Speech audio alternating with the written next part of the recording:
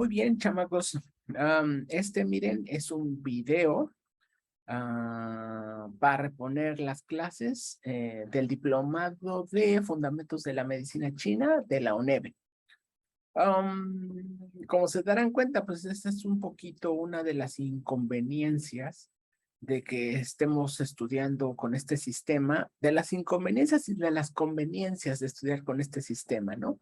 Un poquito la larga distancia, un poquito la incongruencia con nuestros horarios, un poquito que he estado un poquito muy ocupado. Entonces, esto se los digo para que tengan en consideración sus clases de maestría y que vean que, por un lado, que siempre voy a tratar de mantener mi promesa y mantener mi compromiso con ustedes y con la clase. Y por otro lado, que vean que este tipo de dificultades va a pasar, ¿no? Entonces, estaba revisando mis notas y hasta apenas ahorita me topé con que les debo esta clase pendiente. Entonces, ahorita vamos a repasarla. Ahorita no recuerdo muy bien en qué diapositiva nos quedamos, pero vamos a meterlos un poquito en contexto. El Nanjing, entonces, es un libro que habla del diagnóstico. Espero que les haya quedado claro que mi objetivo para con los clásicos en un diplomado tan corto como el que hicimos es que tengan este panorama general y que ustedes sean capaces de, una, curiosear y dos, entender que los libros clásicos te dan una especie de pauta de seguimiento, te dan una pauta, una generalidad y a partir de esta generalidad es que ustedes pueden generar conocimiento desde los clásicos, que es como se ha ido generando la medicina china en el transcurso del tiempo. Entonces, ustedes ahorita a la fecha se van a encontrar con métodos de diagnóstico medio raros, métodos de diagnóstico por pulso, lecturas de la lengua medio raras, etcétera, etcétera. Y todas al final le dan fundamento en torno a los clásicos. Les he estado diciendo durante las clases que el Nanjing es un libro de pulsos, es el libro de los pulsos, porque es el libro de los fundamentos del pulso. En este libro, las 22 primeras dificultades hablan sobre el pulso. En la clase que nos vimos en vivo, hablamos sobre algunas de las dificultades como que más complejas de entender, aprovechando que nos veíamos en vivo y para tener esta comunicación uno a uno, ¿sí? Entonces, en estas dificultades son un poco más básicas, son un poco más simples de entender. Sin embargo, voy a tratar de ir paso a paso para que las procesen, las entiendan, tratan de volver a ver el video si es que no les quedaron claros algunos conceptos y voy a tratar de hacer lo más conciso posible este video para que tampoco se haga tan largo. Que a veces ver videos largos es un poco tedioso, ¿no? Entonces, miren, la sexta dificultad habla sobre una cosa interesante que es la fuerza y el contenido.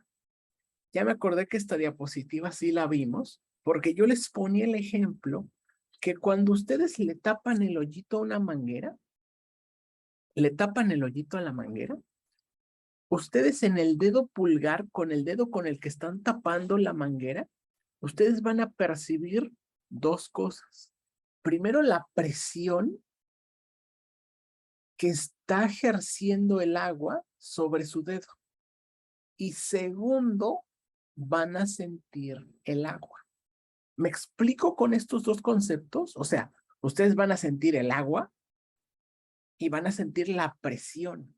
Y a esto justamente es a lo que se refiere esta dificultad. Cuando ustedes estén palpando el pulso en un paciente, ustedes deben de darse cuenta la diferencia entre la fuerza y el contenido. En este caso, miren, haciendo esta diferenciación de conceptos, podemos entender que por un lado, el contenido es in, es sanguíneo, es sangre. Y por el otro lado, la fuerza, la presión es energía, es yang. Y de esta manera, ustedes pueden entender la condición del yin y la condición del yang. ¿Sí me explico? Entonces, se dan cuenta cómo desde los clásicos, desde este clásico pionero, nos vamos a encontrar con este tipo de detalles tan exquisitos. A mí me maravilla porque ahorita, por ejemplo, yo les expliqué este concepto por medio de la manguera, ¿no? Entienden que en el dedo pulgar que tapa la manguera van a sentir agua y van a sentir la presión del agua intentando salir. Y esto lo entendieron los clásicos que escribieron el Nanjing y lo definieron como tal. Entonces es una verdadera maravilla, sin lugar a dudas. Ahora miren, en la séptima dificultad vamos a hablar de la normalidad del pulso. A ver, yo les dije, miren, que ahorita si ven en la diapositiva, durante el transcurso de los clásicos, ustedes se van a topar con que se habla mucho de la normalidad. Y esta normalidad, yo ahí por ahí le tengo un problemita que les voy a intentar explicar a grosso modo. Pero miren, yo les digo, les voy a poner el siguiente ejemplo. ¿Cuál es la persona más bella que existe sobre la faz de la Tierra? Y la medicina china diría, la más bella. Cuando ustedes ven los datos de normalidad del pulso, los datos de normalidad de la lengua, los datos de normalidad de la color de la cara, lo que describen como datos de normalidad es un paciente blanco con expresión facial delineada, sin papada. Si un paciente tiene papada, significa que tiene una patología. Entonces, me explico, la medicina china tiende a ser un tanto elitista. Y yo considero, por ejemplo, esta es parte de una cosecha personal, considero que la normalidad no es un buen patrón para saber identificar otros problemas. Entonces, a ver, el pulso tiene una cualidad, una tendencia a modificarse acorde a las distintas estaciones, acorde a los distintos cambios que se manifiestan en el entorno del paciente. Si yo ahorita, por ejemplo, que estoy usando el aire acondicionado, de repente le bajo la temperatura y empiezo a morirme de frío. Mi pulso se va a modificar por ese frío que estoy percibiendo. Y no quiere decir que esté enfermo.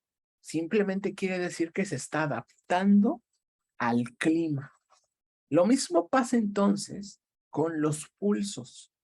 Este tema de normalidad, por ahí déjenlo pendiente, déjenlo entre comillas, solamente quiero que lo analicen como más expandidamente, porque creo que ese término de normalidad es insuficiente para describir la tendencia, las tendencias, que es más como me gusta decirlo. Nadie es totalmente sano, nadie está totalmente absuelto de enfermedades. Entonces, para mí, no existe la normalidad. No sé si me explico en ese punto, y esto es muy importante, es como una especie de debate que cae dentro de este problema de las normalidades. Ahora miren, ya tenemos que el pulso entonces, dicen los clásicos, es normal en determinadas situaciones. Y yo les voy a decir que no es normal, simplemente es que se adaptó a la situación. Entonces, si hay frío, el pulso se va a hacer tenso. Si hay mucho calor, el pulso se va a hacer oleante, fuerte, rápido. Si hay mucho dolor, el pulso se va a hacer tenso, cordal. Si hay mucha irritabilidad, el pulso se va a hacer oleante. Si hay mucho cansancio, el pulso se va a hacer rugoso, esparcido. Entonces se dan cuenta un poquito las características. Entonces yo me da mucha risa, porque cuando ustedes palpan un pulso resbaladizo, que así está descrito dentro de los 28 tipos de pulsos, ustedes van a poder decir que este paciente probablemente está embarazado. Entonces, ustedes tocan un pulso, es resbaladizo, coincide con una mujer, más o menos en etapas de cinta, en etapas de, de gestación, en edad de gestación, y pueden suponer que está embarazada acorde al pulso. Entonces, todas las manifestaciones externas, la séptima dificultad dice que van a modificar el pulso y que este pulso deben de saber cómo identificarlo, porque para que no los confunda en sus diagnósticos. Hace calor, deben de estar predispuestos a encontrar un pulso con unas manifestaciones de calor un poquito más marcadas. Si no coinciden las manifestaciones de calor con la interrogatoria, es decir, ustedes exploran un pulso, hay un clima calor, identifican que el calor es muy fuerte, muy lleno, muy rápido. Entonces, esto es un indicativo de calor. Lo que deben de hacer es hacer un interrogatorio para corroborar si el calor es secundario al ambiente, al clima, o es secundario a que el paciente tiene calor como individuo, ¿sí? Ahora miren, los clásicos siempre son muy fatalistas. Y esto me encanta, ¿saben por qué? Porque habla de la gran práctica clínica que hicieron las personas que escribieron esta cosa. O sea, alguien quien escribió esto, o sea, tuvo la curiosidad de tomarle el pulso a alguien antes de morirse y se dio cuenta que había pulsos, que había tendencias que te daban la idea de que este paciente estaba a ciertas horas de morir. Hay clásicos, por ejemplo, que dicen, si este paciente tiene este pulso, tienes 3 horas para que muera. Si este paciente tiene este pulso, te quedan 5 horas para que muera, etcétera, etcétera, etcétera. Es una cosa muy peculiar, ¿eh? O sea, y que raya en la, en lo impresionante, ¿no? Porque como una persona clásica se le ocurrió esto. Maravilloso. Entonces, en los clásicos están descritos algunos tipos de pulsos que solamente se encuentran en personas que están a punto de fallecer. Estos pulsos son algunos pulsos muy específicos, incluso yo los describo como los pulsos fatales. No se los escribí en la diapositiva, pero estos los describo como los pulsos fatales. Son como que, de cierta manera voy a decir, obvios. Un pulso que, por ejemplo, desaparece a la palpación y cuando desaparece la presión, pero cuando sueltas vuelve a aparecer como si fuera un hilo de coser, se describe. Este es un pulso fatal. Otro pulso fatal es que presionas y que cuando presionas, al soltar la presión, el pulso pareciera que se fractura en pequeños puntos. Este es otro pulso fatal. Así hay varios pulsos, de los 28 pulsos incluso que están descritos actualmente en la literatura y que actualmente se utilizan. Estos 28 pulsos que les gusta, les voy a dar un número no exacto, unos 8 son fatales. Entonces, interesante. El Nanjing, en su octava dificultad, habla sobre los pulsos fatales. Ahora miren, en la novena dificultad, aquí no estoy muy seguro por qué les escribí todo esto, pero en la novena dificultad, miren, habla específicamente sobre el pulso rápido y el pulso lento. Ya se dieron cuenta durante el transcurso de las charlas, por lo menos conmigo en este diplomado, que la teoría de la medicina china se fue construyendo. Entonces, si existe un paciente que tiene un pulso lleno, pues la teoría de Yin Yang te dice que también va a haber un paciente que tiene un pulso vacío. Si tienes un paciente que tiene un pulso fuerte, pues la teoría del Yin Yang, de los contrarios, también te dice que va a haber un pulso vacío, no, un fuerte, débil. Si hay un pulso rápido, pues también la teoría te dice, debe de haber un pulso lento. Hay muchas fracturas a esta teoría y por ahí creo que no recuerdo si ya se las he platicado, pero hay muchas fracturas a esta teoría de los comparativos, porque solamente tienes dos vías frente a tus ojos. Y en teoría esto es parcialmente falso, ¿no? O sea, si alguien te dice, si tú estás frente a un camino en un bosque y te dicen, por desgracia solo hay dos caminos para que tomes, este que va para allá y este que va para allá.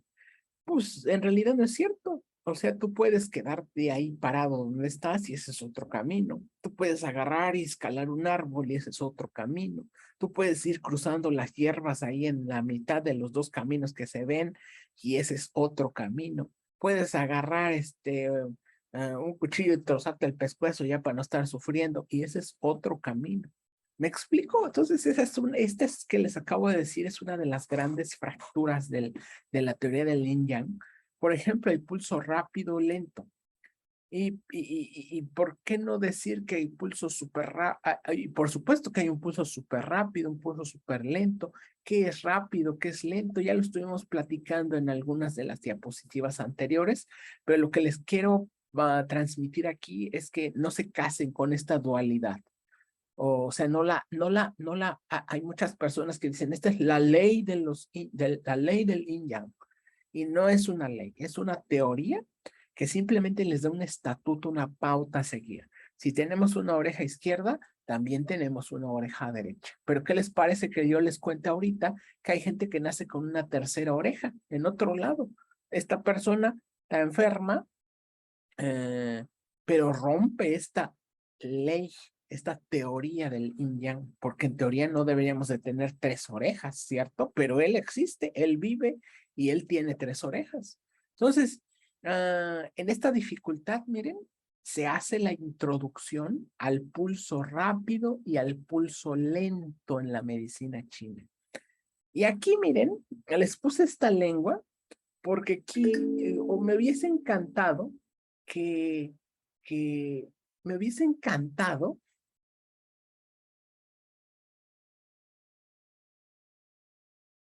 me hubiese encantado que, que hubieran podido participar en este juego mayéutico para fomentar un poquito su conocimiento, ¿no? Pero por desgracia, pues estamos en video, entonces vamos a tratar de adaptarlo.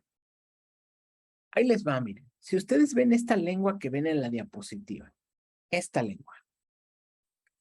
Si ustedes ven esa lengua, yo les pregunto, ¿qué significado, ah, qué problemas tiene esta lengua? Muy probablemente me hubieran contestado, esta lengua tiene sabor amarilla.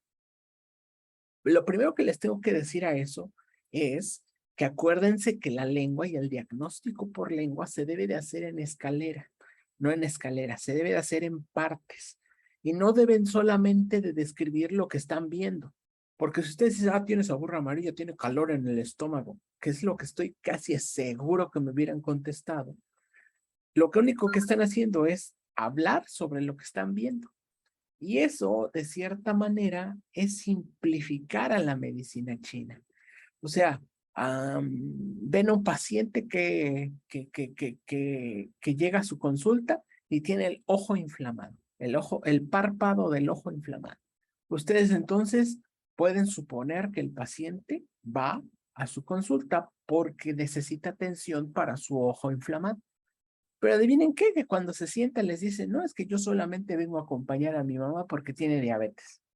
¿Me explico? A eso es a lo que me refiero. Deben de aplicar el contexto de la lengua. Entonces, la lengua se analiza la forma, el color, la textura, la lubricación, las lesiones del cuerpo, la saburra, y de la saburra se estudia la distribución, el color, el espesor, la lubricación de la saburra, no del cuerpo de la lengua.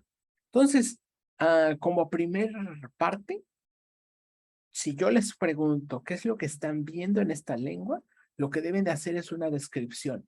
El cuerpo de la lengua es un cuerpo contraído, de color rosado, un poquito con tendencia a rojo, una o dos cruces, con fisuras en el cuerpo, parcialmente seca, que se ve contraída, el músculo se ve contraído, con saburra de color amarillo oscuro en la base de la lengua, algunas fisuras a nivel medio, una tendencia color púrpura, una cruz, y la ausencia del diente, ya se me olvidó cómo se llama este diente, del diente, ya se me olvidó, incisivo superior, del diente incisivo superior, si no me equivoco. Entonces, me explico a lo que me refiero con la lengua, y una vez que ustedes integran toda esta información, van a ser capaces de crear un síndrome, de establecer una etiqueta, vamos a decirle así, para poder dar un tratamiento a esta etiqueta. Ahora, cuando ustedes ven esta saburra amarilla en este paciente, ¿qué significado tiene? Y a lo que quiero llegar, porque sé que me hubieran dado muchas opciones, lo que quiero llegar es que la saburra amarilla en un paciente de este tipo, con esta distribución, tiene múltiples posibilidades, así como dice la diapositiva. Entonces, una de esas posibilidades es calor. Calor en el yao inferior. Calor que se está convirtiendo a fuego. Puede significar humedad. Puede significar flema. Puede significar sangrado. Puede significar solo fuego. Puede significar consumo de los líquidos por exceso de fuego, por exceso de fuego. ¿Me explico? Entonces, todo esto, ¿cómo lo van a determinar? En base a los síntomas específicos de su paciente. Y lo mismo va a pasar cuando toquen un pulso e identifiquen un pulso rápido. Un pulso rápido, entonces, tiene esta cualidad de tener múltiples posibilidades.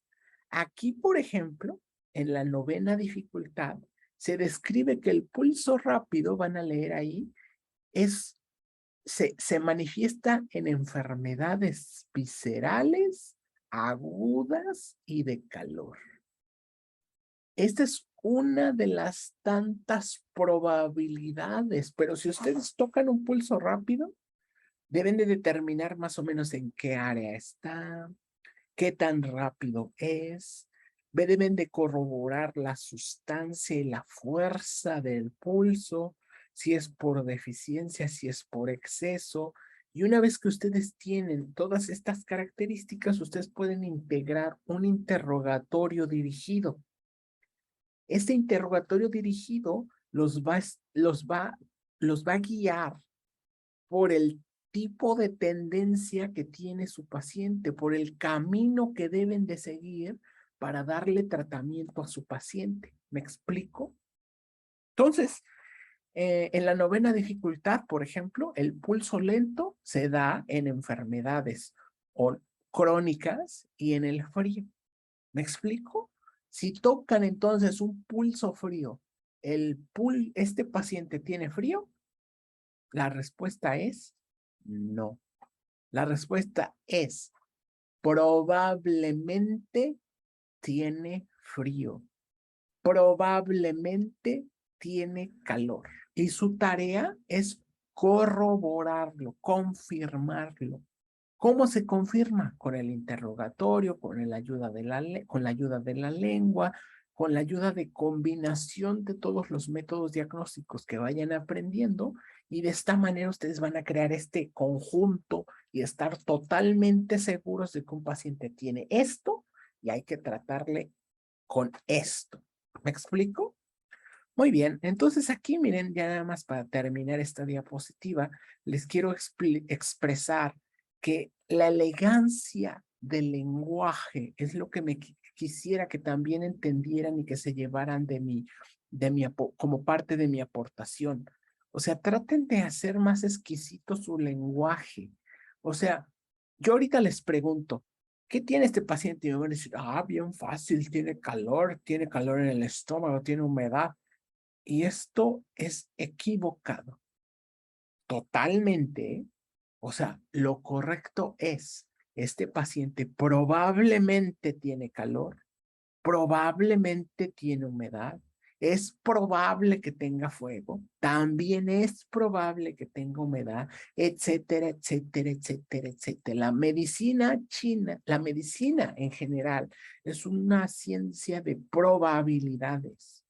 No es posible que hagan una aseveración solamente viendo una lengua, solamente tocando un pulso. Digan, si está embarazada, va a tener niño y lo va a tener el 28 de junio de 1990. Eso es una falacia, eso es una tontería. Hay gente que lo hace, pero con la debida moderación, creo que ustedes pueden desarrollar ese lenguaje que les potencie su labor, ¿no? Muy bien, entonces, a ver, vamos a tratar de ir repasando porque nos faltan todavía varias, entonces vamos a tratar de ser un poquito más puntuales y específicos. En el 10º capítulo del Nanjing, básicamente nos habla sobre la teoría de los 5 elementos, de los 5 fenómenos, la teoría de Wuxing, aplicada al diagnóstico por pulso. Y nada más por mencionárselos así de manera muy general, por ejemplo, les dice, después de que la enfermedad pasa por pulmón, llega al órgano hígado, y el hígado después llega al órgano riñón, y etcétera, etcétera, etcétera. Entonces les muestra el progreso de las enfermedades a nivel del cuerpo, analizado por medio del pulso, porque ustedes pueden identificar un pulso por medio de los 5 fenómenos. Entonces, a ver, miren, cuando ustedes diagnostican, usan el pulso para diagnosticar. Ustedes pueden utilizar el pulso para diagnosticar con yin yang, y llega a su paciente, le toman el pulso, yo les pregunto, ¿es un pulso yin o es un pulso yang? Y ustedes me van a decir, pues es un pulso yang. Pues sí, qué padre. Listo. Otra teoría que pueden utilizar para diagnosticar el pulso es la teoría de los 5 fenómenos. Entonces, hay un tipo de pulso para cada tipo de elemento. Por ejemplo, un paciente tipo vaso va a ser un paciente que su pulso va a ser resbaladizo, de tipo flema, de tipo humedad. Y este paciente es un paciente tipo vaso, con tal vez sobrepeso, obesidad, poquito de movimientos letárgicos, lentos, ¿sí? Y ustedes cuando toquen el pulso van a decir, este paciente es un paciente tipo vaso, con un pulso de tipo vaso. Pueden ustedes utilizar cada uno de los dedos, tiene un órgano y una víscera, dependiendo la profundidad a la que presionen los dedos. Y ustedes pueden decir, en el dedo del lado derecho se percibe un pulso se percibe el pulso, se perciben las manifestaciones clínicas del corazón. ¿Me explico? Pero hay algo que se conoce como medicina china basada en la fisiopatología, en la fisiología, en el análisis fisiológico de las enfermedades. Entonces, el análisis fisiológico de las enfermedades, lo que les dice, a ver, se olvidan, dejan de largo la teoría de los órganos de Wusing, la teoría de 5 elementos. Y lo que hacen es, el pulmón sirve para respirar. Si el paciente no respira, lo que se ve afectado es todo el sistema. No, olvidándose de que el pulmón es la madre de no sé quién, y el hijo y el abuelo y el nieto de no sé dónde. Simplemente, fisiológicamente hablando, el pulmón es un órgano que funciona para respirar, que funciona para proteger la piel. Entonces, si el pulmón no tiene una condición adecuada para proteger la piel, fisiológicamente hablando, este paciente se va a enfermar por invasión de la piel, secundaria a una debilidad en la energía de pulmón. Y esta invasión de la piel se le conoce como invasión del Taiyang, porque es la invasión, es el canal más superficial del cuerpo. Estas son cosas muy un poquito avanzadas, pero simplemente quiero abocarles la idea de que la medicina china está estructurada en teorías y que todas estas teorías se conglomeran. Sin embargo, yo les recomiendo utilizar la fisiología y la fisiopatología para hacer diagnóstico en medicina china, que es como que lo más, no lo más útil, no lo mejor, pero es lo que se utiliza actualmente en China, en Taiwán, en Japón, en Corea, en los países originarios que inventaron a la medicina china. Entonces, esta dificultad habla sobre ese progreso de las enfermedades con el tiempo y los 5 elementos, basada en los 5 elementos, que ya se dieron cuenta que los 3 clásicos que hemos trabajado están muy trabajados en torno a los 5 elementos. Y muchas veces la gente dice, yo soy de la escuela clásica, y lo que nos hace entender es que su práctica y su técnica la basan en estos fundamentos teóricos, en esos fundamentos de los clásicos, que son estos 3 clásicos prioritarios. Sin embargo, si consideramos una corriente clásica, debemos de considerar por lo menos 15 libros. Y en estos 15 libros se practica una medicina china basada en fisiología. Aquí miren nada más como recomendación adicional. Yo les recomiendo que utilicen historias clínicas con sus pacientes. Yo tengo ahí una historia muy curiosa de uno de mis maestros, no voy a decir de qué país para no echarlo de cabeza, pero este personaje lo que hacía era que no llevaba historias clínicas y atendía que les gustan unos 15 pacientes por día. Entonces, yo una vez llegué a su consultorio y le pregunté, oiga, doctor, ¿y cómo le hace para acordarse? Pues qué buena memoria, ¿no? Yo, por ejemplo, en México llegué a atender, no sé, en una semana llegué a atender 150 pacientes. Y llegó un punto en el que ya los empezaba yo a mezclar. Ya le decía usted cómo estuvo su abuela, ay, que falleció ayer su tío. Me dice, no, no falleció, sigue viviendo. Y se me empezaron a retorcer ahí las tuercas. Entonces, imagínense, cuando ustedes ven muchos pacientes, se les revuelven las tuercas de quiénes son ellos. Ahora imagínense cómo tienen las tuercas en cuanto a lo que les están tratando, en cuanto al tratamiento que le dieron, en cuanto al seguimiento que le dieron. Entonces, en medicina china yo les recomiendo hacer historias clínicas. Anoten qué tratamiento hicieron, anoten si tuvo efecto positivo para que lo sigan en ese mismo ritmo, sigan en ese mismo canal. en ese mismo ritmo con ese paciente. Anoten algunos detalles familiares, heredofamiliares, antecedentes patológicos, si fuma. La memoria es buena, pero falla, por supuesto, y es limitada, ¿eh? Entonces, con esta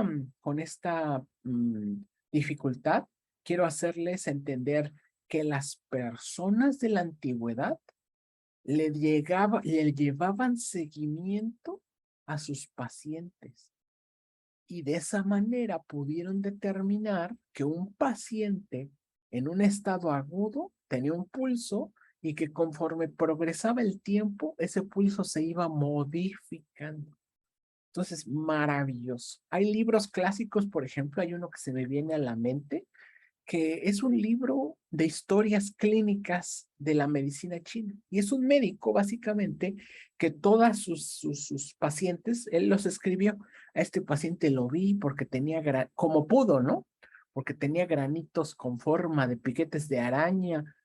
Ahí hace unas descripciones ahí medias raras de las enfermedades, porque pues era su lenguaje y lo que hace es entregar un libro como de unas 1800 páginas, un libro como de este grosor tremendo, donde describe historias clínicas. Entonces, la recomendación es, a partir de la experiencia que se tiene de los clásicos, hagan historias clínicas.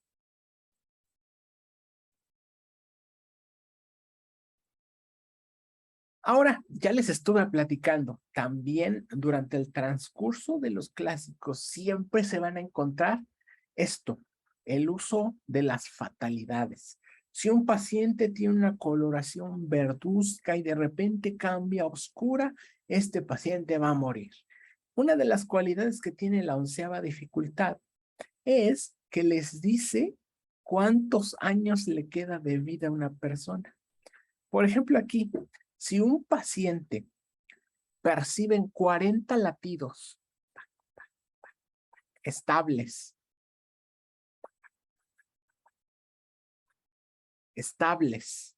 y de repente intermitencia,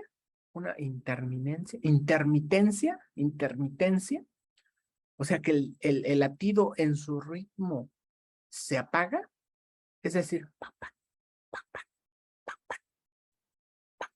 ¿vieron esa intermitencia? Entonces, otra vez, mira.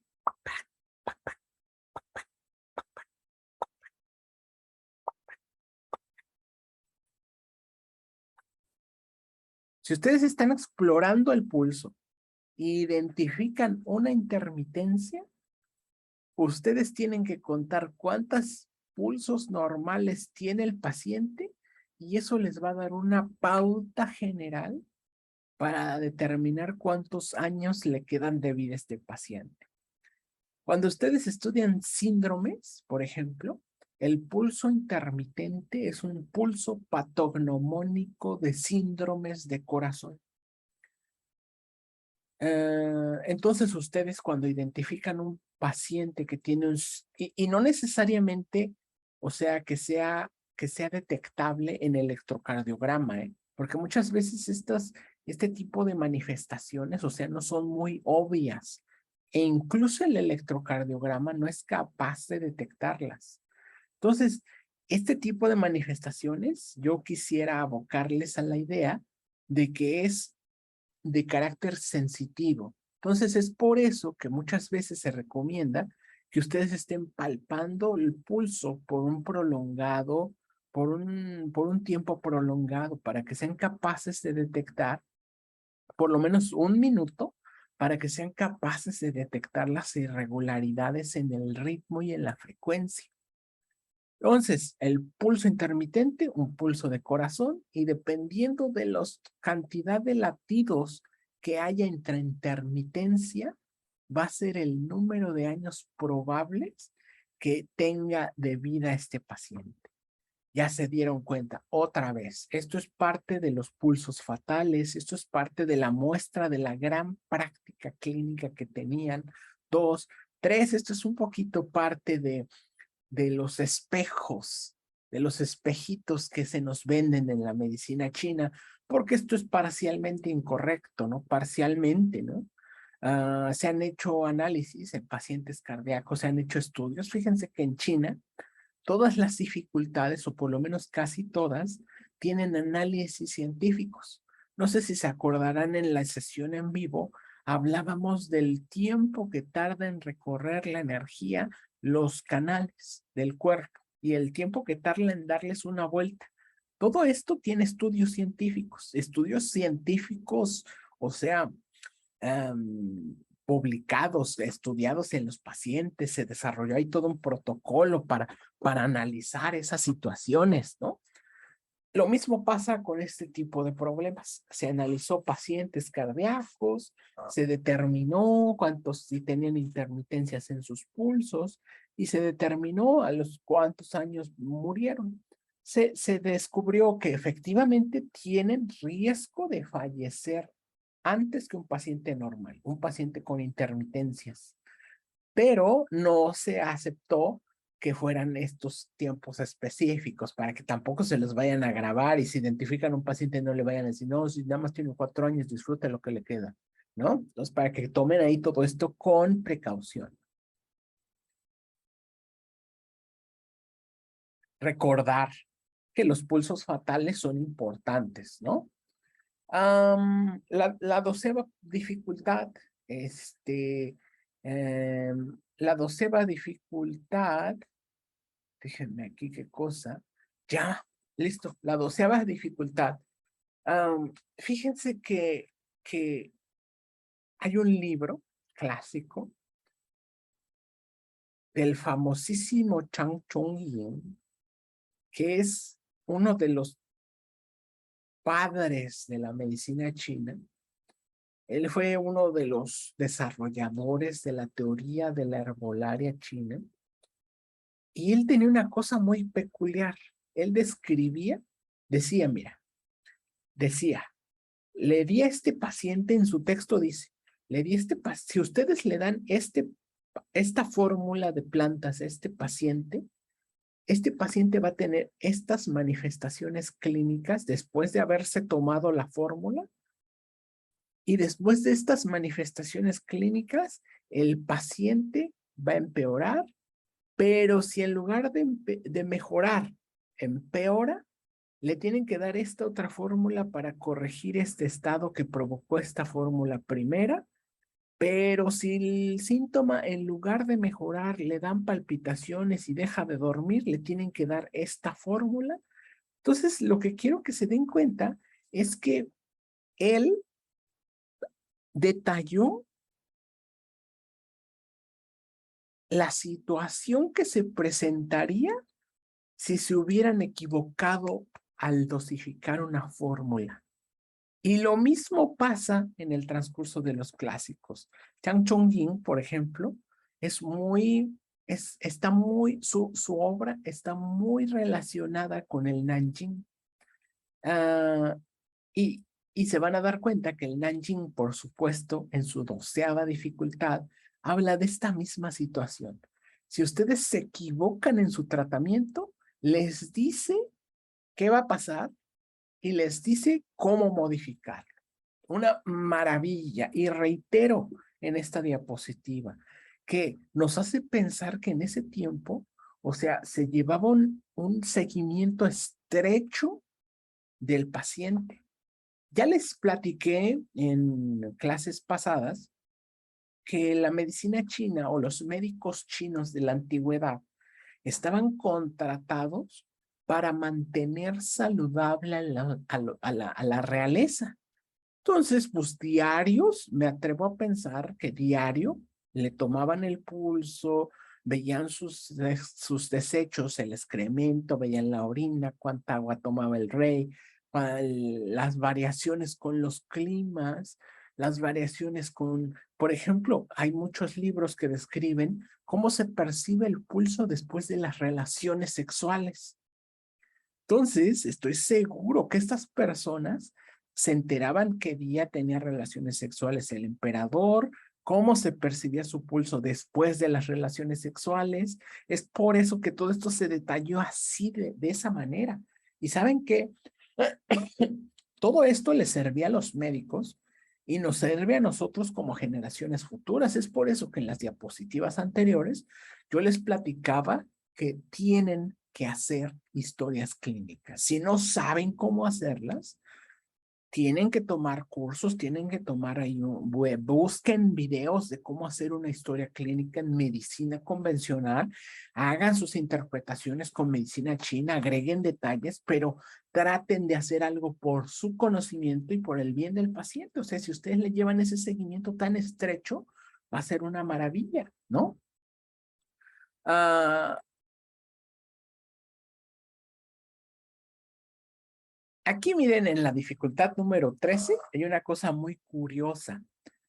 Le, Se habla, miren, sobre la correspondencia que debe de haber entre el color de la cara y el pulso. Y básicamente es aquí como parte de la teoría de los 5 elementos, de los 5 fenómenos de Wuxing aplicada al pulso. Ya saben que no me termina de encantar esta teoría, creo que es una teoría muy simplista de la medicina china. Si es negro, el paciente debe tener un pulso profundo porque es un pulso de riñón. No está de cierta manera equivocada y es la base, el cimiento de la medicina china y de su crecimiento en el tiempo. Ya les dije que la medicina china que yo les recomiendo hacer es basada en la fisiología de los órganos. Y es una medicina china mucho más acorde a lo que se hace en países originarios. Entonces, aquí nada más como comentario, fíjense que yo alguna vez estuve, cuando hice mi internado en la carrera, ya saben que en medicina te pides que hagas un año de rotación en un hospital, como empleado, literal. Ahí estás trabajando, estás practicando, supuestamente, pero estás trabajando, ¿no? Entonces, me pasó que tenía un maestro que era intensivista, un genio, por cierto, y este personaje decía una cosa muy curiosa. Él decía que, que, que un paciente, los pacientes en urgencias, comúnmente, es muy frecuente que lleguen los pacientes a urgencias porque tienen infarto.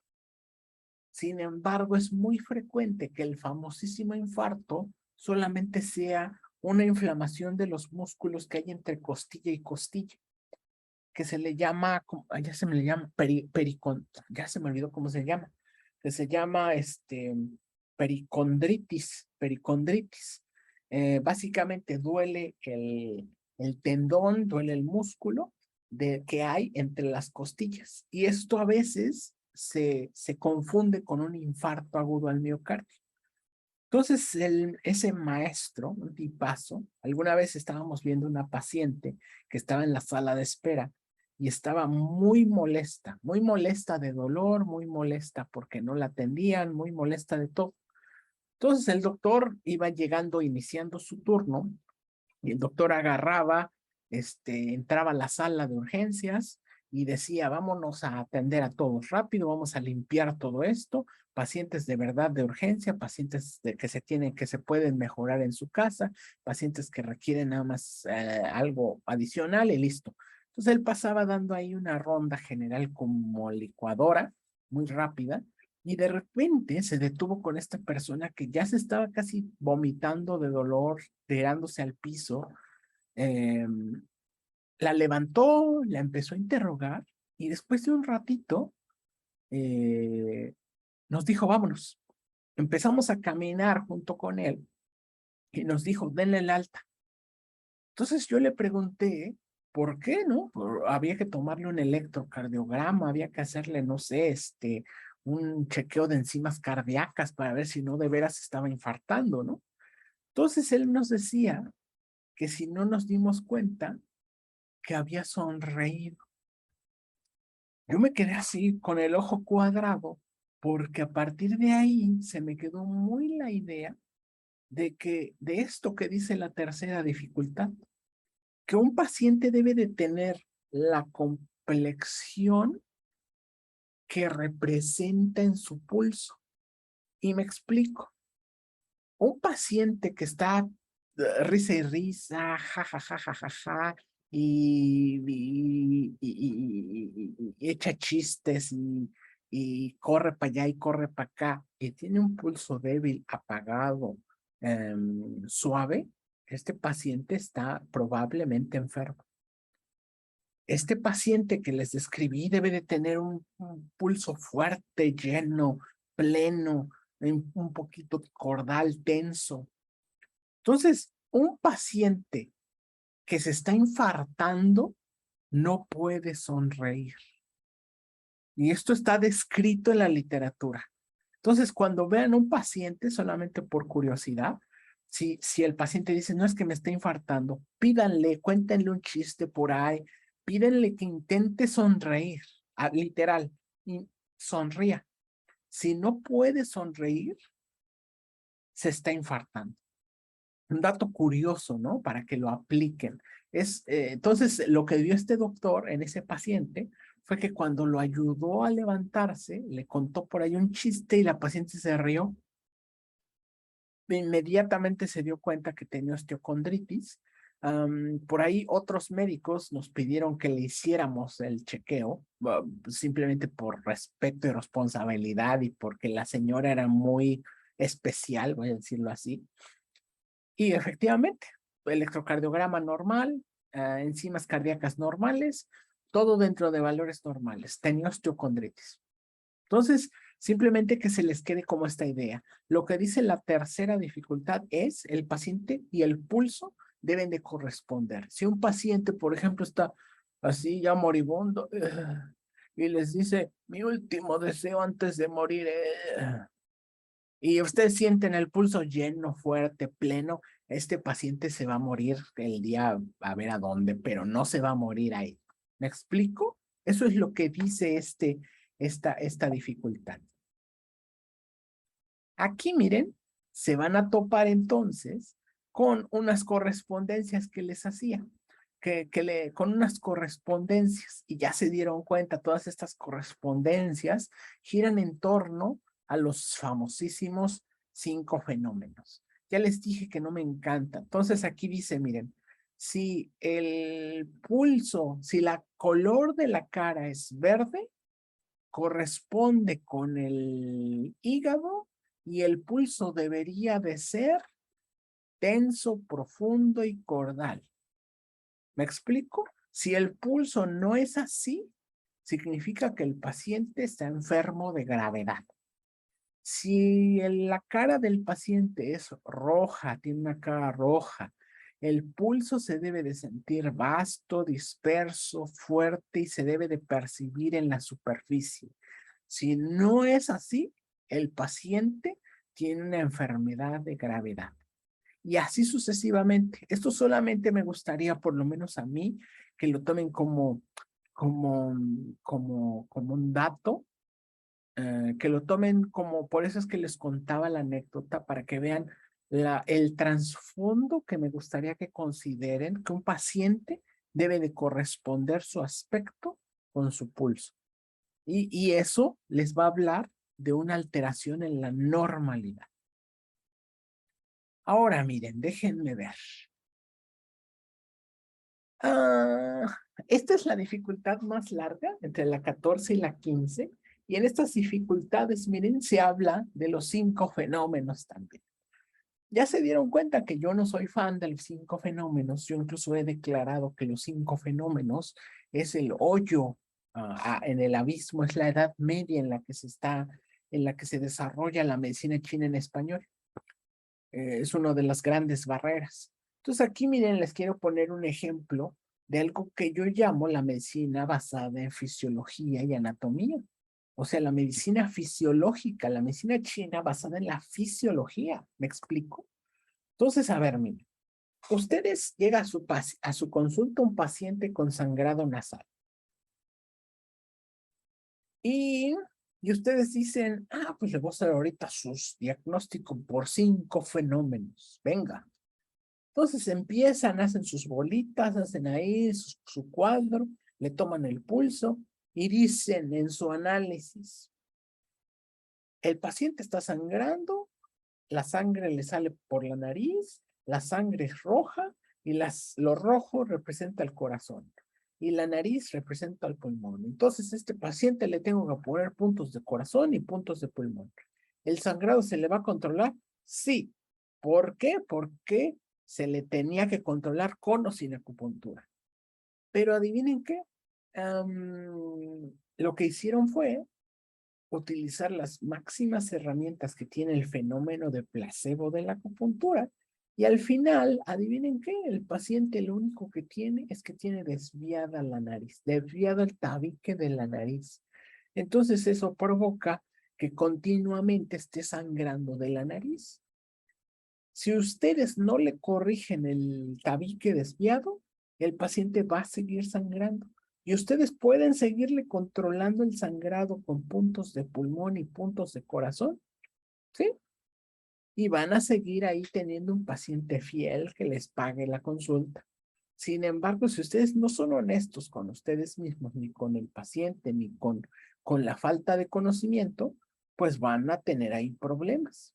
Me explico a lo que me refiero con el uso de la teoría fisiológica. Aquí lo que analizamos es la anatomía, la fisiología. No consideramos que la sangre es de roja y que es del corazón y que la nariz es del pulmón y que le tonifico Taiyuan porque es el punto fuente. Y es cierto, Taiyuan es el punto que controla los sangrados nasales, cuando el sangrado nasal es por calor. Entonces, si el sangrado nasal es porque tiene el tabique desviado, aunque le pongan Taiyuan y le pongan el punto más enfriador que existe, el paciente se le va a controlar el sangrado porque se le tenía que controlar y pues no lo van a mantener mucho ahí en su consulta si ustedes no son honestos. Entonces, vieron más o menos cómo es lo que propongo. 14 y 15 de las dificultades hablan sobre el método de cómo se enferma en torno a los 5 fenómenos. No me encantaría ahondar mucho en esta dificultad, es por eso que le vamos a brincar. Tomen simplemente como recomendación, como comentario personal de Daniel Lee, hacer una medicina china basada en análisis fisiológico y anatómico. Y fisiológico no me estoy refiriendo a la medicina convencional, o sea, usen la fisiología de la medicina china. Ustedes ya saben qué funciones tiene el pulmón. Y una de sus funciones no es la sangre en la nariz, ¿cierto? O sea, si ustedes ven que un paciente sangra de la nariz, ustedes dicen, ah, el pulmón tiene problemas en su función fisiológica. No.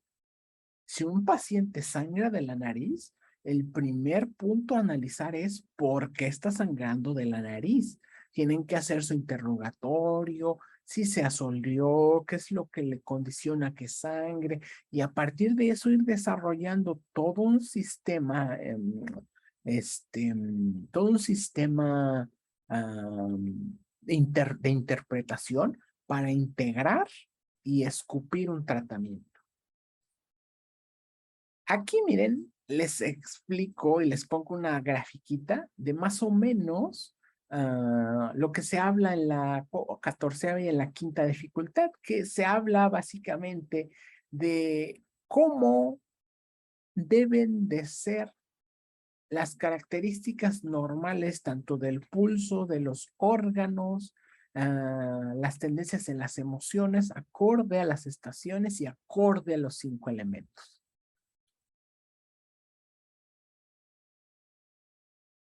Aquí también, en la dificultad 16, se hace un análisis muy parecido. Y otra vez yo les reitero, la medicina basada en la fisiología, así como se los pongo en la diapositiva, en la diferenciación sindromática, que está basada, cimentada en la fisiología, y cosas curiosas. Fíjense que aquí hay una cosa curiosa e interesante. Cuando ustedes analizan, no sé si les ha pasado que ustedes toman agua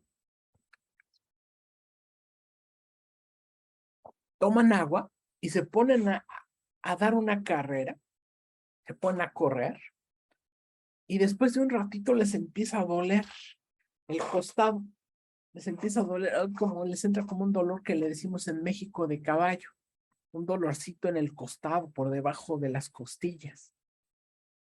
Este dolorcito depende de qué lado de nos da una manifestación, nos da una manifestación en torno al síndrome que padecen. Me explico. Si da del lado derecho este dolorcito, significa que es un problema de tipo intestinal, de tipo vaso-estómago, de tipo sistema digestivo. Si da del lado izquierdo, nos hace pensar que tienen un estancamiento energético, acorde a la medicina china.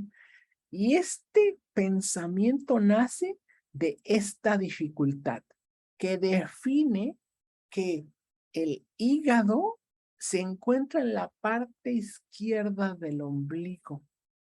Y se acordarán que en medicina convencional el hígado está del lado derecho, ¿cierto?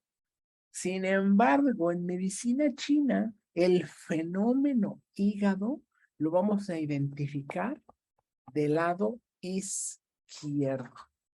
Entonces, si un paciente, por ejemplo, nada más para que vean como que la aplicabilidad clínica práctica de esta dificultad, llega un paciente con parálisis facial del lado izquierdo, es muy probable que este paciente tenga una manifestación de tipo hígado, una manifestación de tipo hígado. Es más probable que si la tiene del lado derecho. ¿Me explico? Un paciente con dolor en el costado, uno de los síntomas patognomónicos del estancamiento energético del hígado es el dolor en el costado. Y si es en el costado izquierdo, hay más probabilidad, gracias a esta dificultad. Chulada de cosa aplicada. Ya estamos casi en la recta final. La 10ª dificultad, fíjense que habla del pronóstico.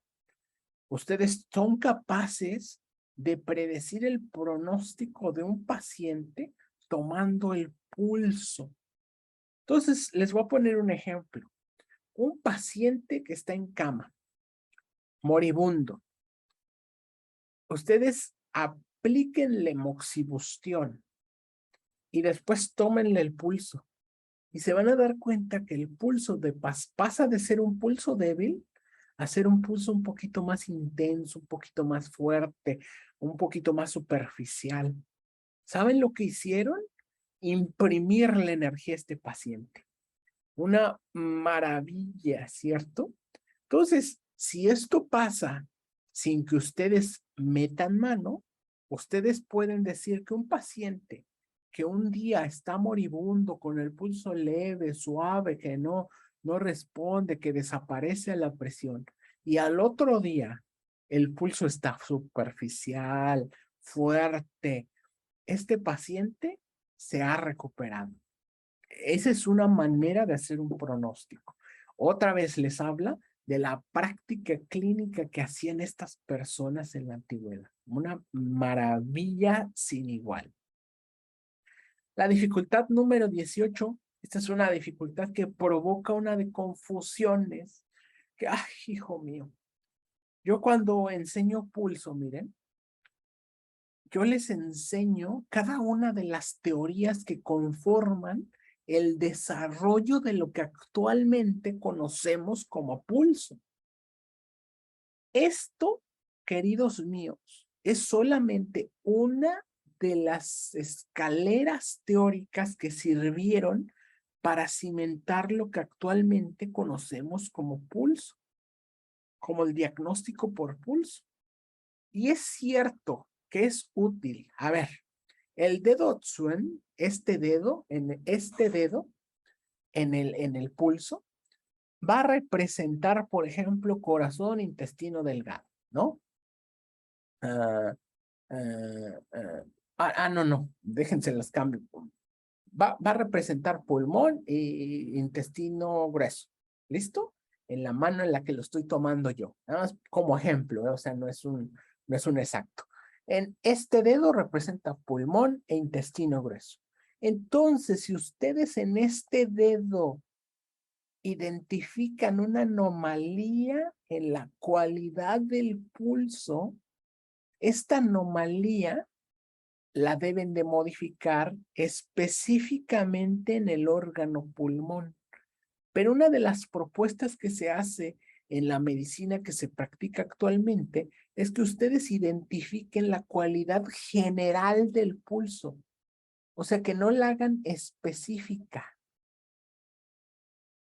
Ahí les va. Les llega un paciente con tos. Ustedes toman el pulso y el paciente, su motivo de consulta es la tos. Toman el pulso y van a tomar una cualidad de este pulso que les va a traducir el estado del paciente. Todo el pulso, no dedo por dedo. ¿Me explico? Ahora, ustedes saben que este paciente tiene tos. Puede que identifiquen en el pulso de pulmón alguna anomalía que no es útil a la fecha. Me explico por qué. En la antigüedad, cuando no le podían preguntar nada al paciente, cuando no lo podían ver y lo único que podían hacer era tocarle el pulso, pues necesitaban determinar específicamente solo con el pulso y casi ser brujos y adivinos para saber qué tenía el paciente. Entonces, actualmente ustedes, gracias al bendito cielo, tienen boca para hablar, boca para preguntar, tienen el diagnóstico por lengua, tienen el diagnóstico por pulso, todo esto para integrar. Entonces, a la fecha, esto tiene aplicabilidad clínica, sí, no quisiera que lo eliminen de su currículo, o sea, memorícenlo, sepan que existe, pero sepan que en la medicina china que se practica en países originarios actualmente, se hace diagnóstico por pulso en base a la cualidad general del pulso y no a los específicos, ¿sí? Entonces, esta dificultad es muy interesante, revísenla cuando tengan oportunidad, pero no se casen con, ni siquiera con lo que yo les estoy diciendo, ¿eh? O sea, si ustedes le encuentran utilidad práctica, utilidad clínica a esto, aplíquenla, o sea, no, por favor, ¿no? La dificultad número 18. Aquí hay una de las cosas más preciosas que tiene el, el, el Nanjing y los clásicos, que es la cultura china. Fíjense que es una cultura muy machista. Entonces, y se los voy a proponer así, o sea, el hombre es, es fuerza, es energía, y la mujer es vacío, es nada. ¿Me explico? Yin yang. Son contrarios y complementarios. Entonces, siempre ha habido durante el transcurso de la medicina china esta diferenciación entre el hombre y la mujer en términos del pulso, en términos de la lengua, en términos de la salud.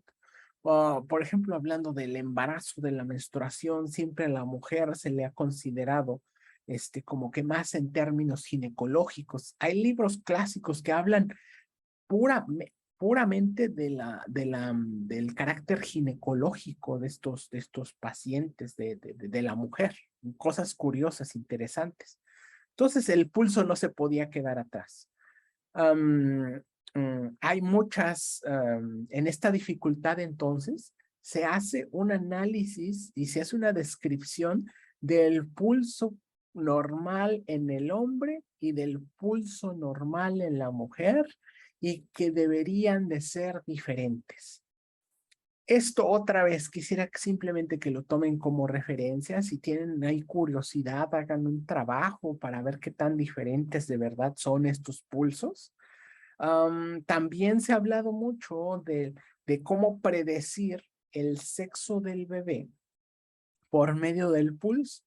Yo saben que cuando estuve estudiando en México, yo tenía aquí los maestros súper exquisitos, súper jefes de la medicina china, y les pides a los tres que le tomen el pulso a una embarazada y uno te va a decir, ah, sí va a ser mujer. Este te va a decir, sí va a ser hombre. Y este se va a decir, va a ser mujer. Y al final, pues no sale, nada más es estadística, ¿no? A ver quién le atina. O sea, es muy difícil hacer el diagnóstico. Yo lo he intentado, hacer la diferenciación. No le digo a nadie, nada más como que toco el pulso de una embarazada y después de que nace el bebé, pregunto si es niño o niña y tengo un porcentaje de certeza de un 80%, es decir, he fallado en la predicción. Entonces, simplemente como dato curioso, cuando ustedes toman el pulso de una embarazada, va a ser un tipo de pulso de carácter rugoso. Esto es muy curioso.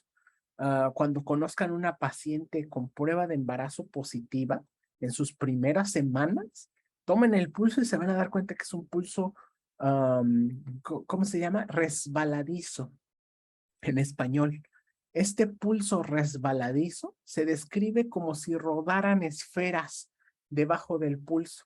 Me gusta decirles que imaginen que ponen varias canicas chiquitas y que les pasan los dedos hacia las canicas.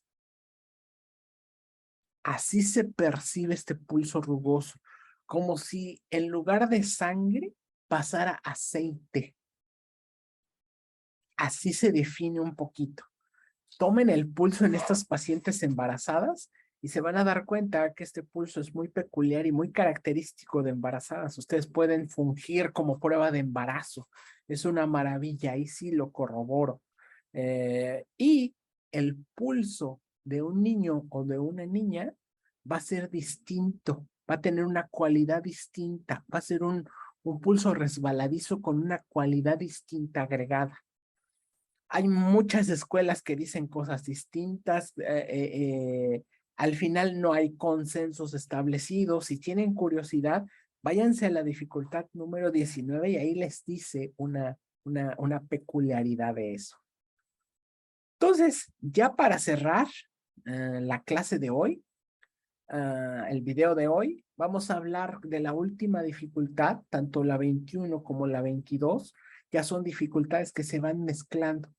También la dificultad 21 es una dificultad que habla del pronóstico del paciente al tiempo. Acuérdense lo que les estuve diciendo.